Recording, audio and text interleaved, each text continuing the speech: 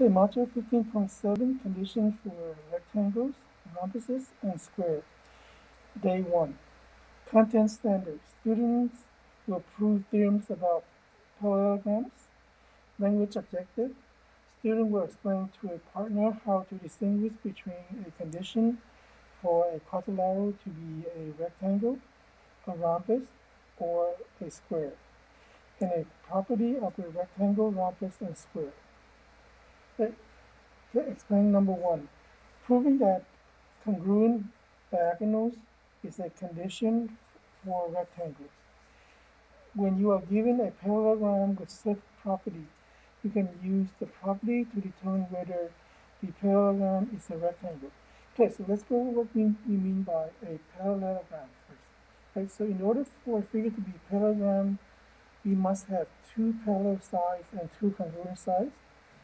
And these two sides are also parallel and congruent. Okay, so that condition must be met first.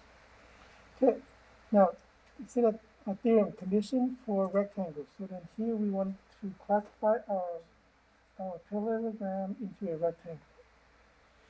So that if one angle of a parallelogram is a right angle, then the parallelogram is a rectangle. So here we have two parallel sides and they're congruent, and these two parallel sides and they're congruent. And we also have one right angle. So then this makes the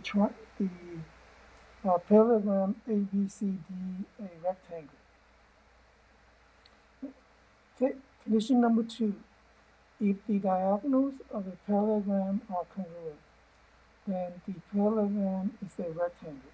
Okay, so first we must know that this figure is a parallelogram first.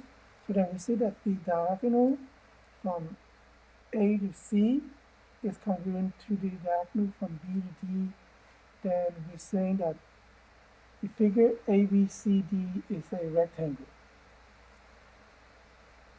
Right? Okay, and so then here are the 3 conditions to prove that a parallelogram is a rhombus. Okay, you can also use given property of a parallelogram to determine whether a parallelogram is a rhombus. Right? So we say that if one pair of consecutive sides of a parallelogram are congruent, then the parallelogram is a rhombus. So here first we have a parallelogram, and we're also saying that the segment EF is congruent to segment EH. So these two are called consecutive sides. And we know that EF is congruent to EH. Then we see that the parallelogram EFGH is a rhombus. Okay, condition number 3. If the diagonal of a parallelogram are perpendicular, then the parallelogram is a rhombus. Right?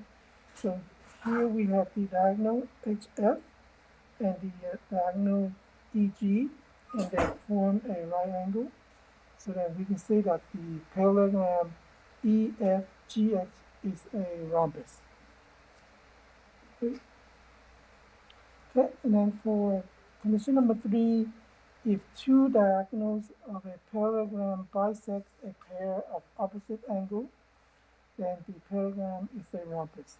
Okay, so here we have a diagonal and bisect a pair of opposite angles.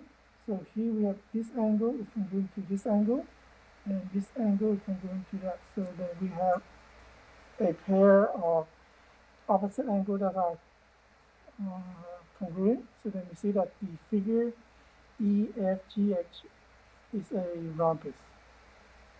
Right? Okay, so let's go to this part here. See that prove that if one pair of consecutive sides of a parallelogram are congruent, then it is a rhombus. Okay, so then when we write proof, we already write our 2-column proof. Okay, so this side is the reason, and this is your statement.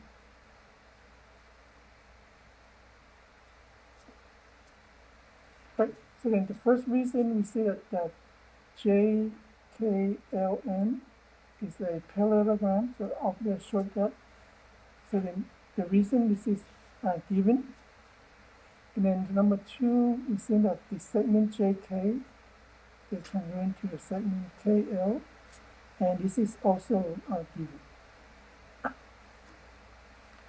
Right? And then for number 3, well, if you look at our drawing, we know that JK is this segment and KL is this segment. So then they form consecutive sides. So then let me go back. So then we're using this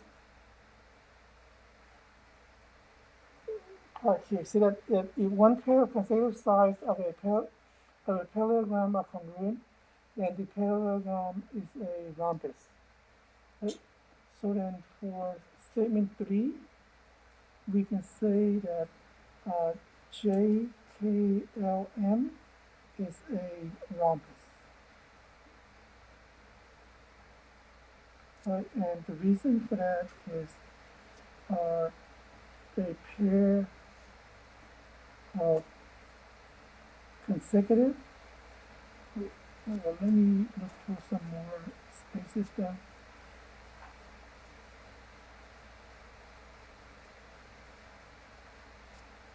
A pair of consecutive sides congruent, and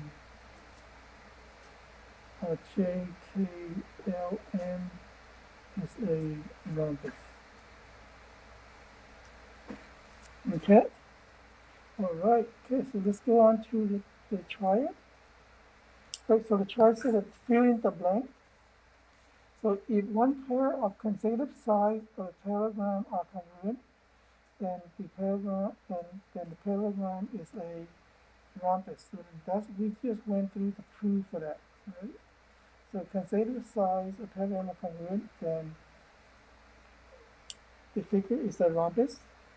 And number 2, if the diagonal of a parallelogram are blank, then the parallelogram are a rhombus. Well, you see that this is perpendicular.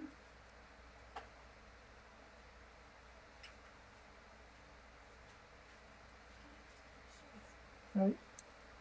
And then for number 3, if the blank of a parallelogram are congruent, then the parallelogram is a rectangle. So here we move. So when we have learned that if the diagonals, if the diagonal of a parallelogram are congruent, then the parallelogram is a rectangle. Right? So it's helped if I plot the figure here. And then number 4, we see that if one diagonal of a parallelogram bisects a pair of opposite angles, then the parallelogram is a rhombus. Okay, so we can look at the figure, something like this. Right, and these two are congruent, and this becomes a rhombus. And then number 5, say that if one angle of a parallelogram is a right angle, then the parallelogram is a rectangle. Right?